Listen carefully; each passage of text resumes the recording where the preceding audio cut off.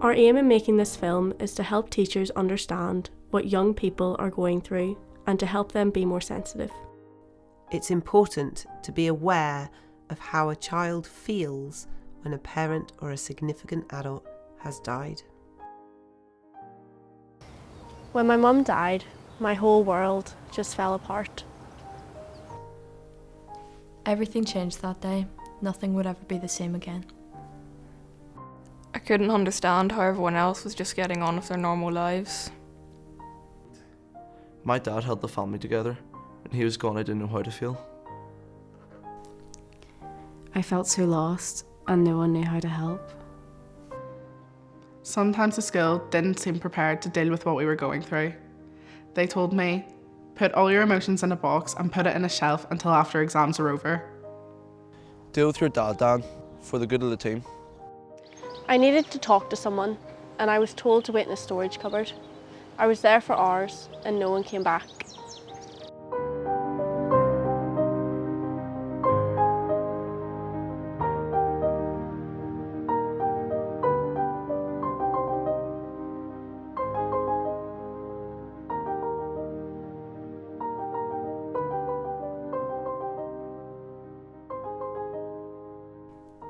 Don't say, I know how you feel. I'm sorry for your loss. I'll pray for you. Time will heal. It will all be okay. We didn't find these things helpful, even if they were well meant. It's actually much better to use clear language, especially for kids with complex needs. It's okay just to say, I'm so sorry that your mum has died. It's also okay to say, I don't know what to say right now, I'm just so glad you told me. It's probably best not to use cliches or metaphors like, They've passed on. She passed away. She's gone over the rainbow bridge. So in terms of advice, It's best not to compare your grief with ours. Don't silverline it. Do not start any sentence with at least. You can't make it better, but it really helps if you listen. Don't announce the death to the class unless we've agreed this beforehand. Don't announce the death in assembly or put up mass cards unless this has been agreed. Don't suggest everyone hugs me. I might not want to be hugged.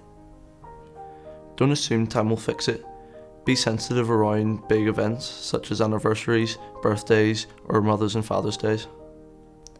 Don't keep asking me if I'm okay. Just keep an eye out for me. as Brené Brown says, rarely can a response make something better. What makes something better is connection.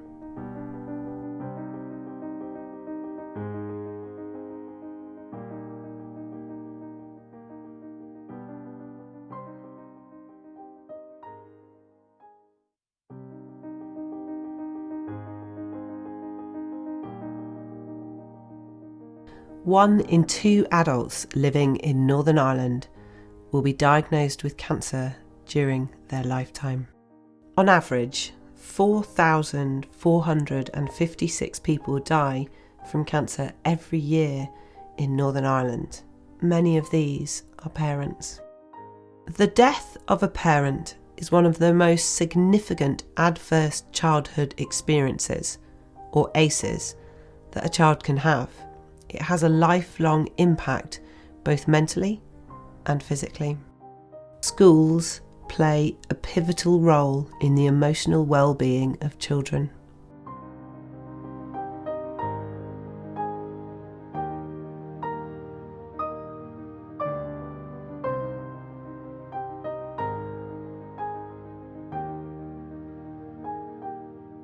Creating a safe space is about an attitude as well as a physical space. Our sensory room offers a quiet, peaceful atmosphere for our children. It is a place for self-regulation and retreat, and we encourage our children to use it in a way that suits them. They can choose from a range of sensory activities or simply choose to sit and relax away from the hustle and bustle of a busy classroom. It is just one of the many areas that are available to our children depending on the individual needs of each child. Outdoor space and time in school gardens is invaluable for emotional well-being. The main thing is to try and make school an emotionally safe place for every child. It's really hard to know what to do when you find out a child in your school is facing losing a parent or significant adult. Young people said they wanted compassion from their teachers. You want to help and you really don't want to make things worse. Some schools have really good systems and processes set up. Many schools have a designated or trusted person to liaise with the family. We worked with Cancer Focus to talk through how best to support young people in our care. These are our learnings. We want to provide you with information so you can empower your staff team to feel confident and better support the children in your school. Many of the tips shared in this film are from children and young people whose parents has died. They shared what worked and what didn't, and it's so important that we as adults listen to them. Losing a parent is a lifelong journey. You can help by being aware of the children in your classes and their losses and making sure your school has a system in place to let you know. This means you can avoid causing the child more harm by, for example, encouraging everyone to make Mother's Day and Father's Day cards, or using language that doesn't take into account the bereavement. If you can, find out which dates are important anniversaries for the child. This will help you understand if a child is particularly upset or angry or difficult on that day. Find out who they would like to know and how these people should be told. For example, does the child want the class to be told all together, or do they want to have the space to tell them themselves? While attending a funeral is not always possible, most children felt valued when their teacher came to the funeral. Many were happy when teachers or the class sent a card. Most did not want any school staff to come to the house or the wake. Remember, the top priority has to be how the child is feeling and doing, not how their grades are, not the forthcoming exams, not the next rugby match. There is a balance in this, and there will be time for all of those things, but not in the immediate aftermath of such a huge loss. It is all about the child and about your relationship with that child. The way that you would personally deal with the bereavement shouldn't dictate how you manage the situation with the pupil.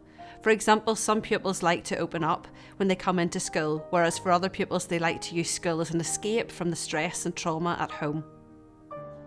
Some will find the offer of prayer or talk of heaven deeply comforting. Others will find it insulting and insensitive.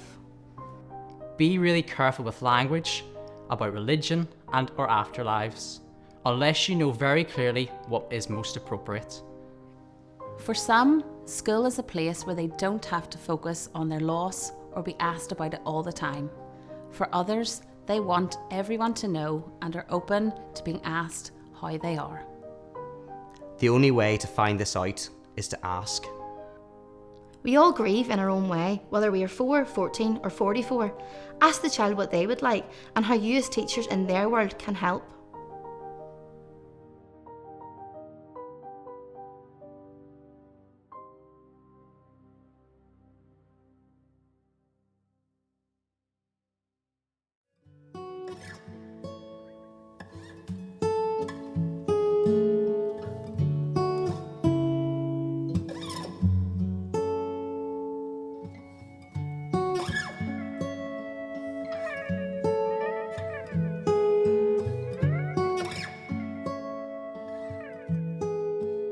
There's an elephant in the room. It is large and squatting, so it is hard to get around it. Yet we squeeze by with, "How are you?" and "I'm fine," and 1,000 other forms of trivial chatter. We talk about the weather, we talk about work, we talk about everything else except the elephant in the room. There's an elephant in the room. We all know it's there. We are thinking about the elephant as we talk together. It is constantly on our minds, for you see, it is a very large elephant. It has hurt us all. But we don't talk about the elephant in the room. Oh, please say their name. Oh, please say their name again. Oh, please, let's talk about the elephant in the room. For if we talk about their death, perhaps we can talk about their life. Can I say their name to you and not have you look away? For if I cannot, then you are leaving me alone in a room with an elephant.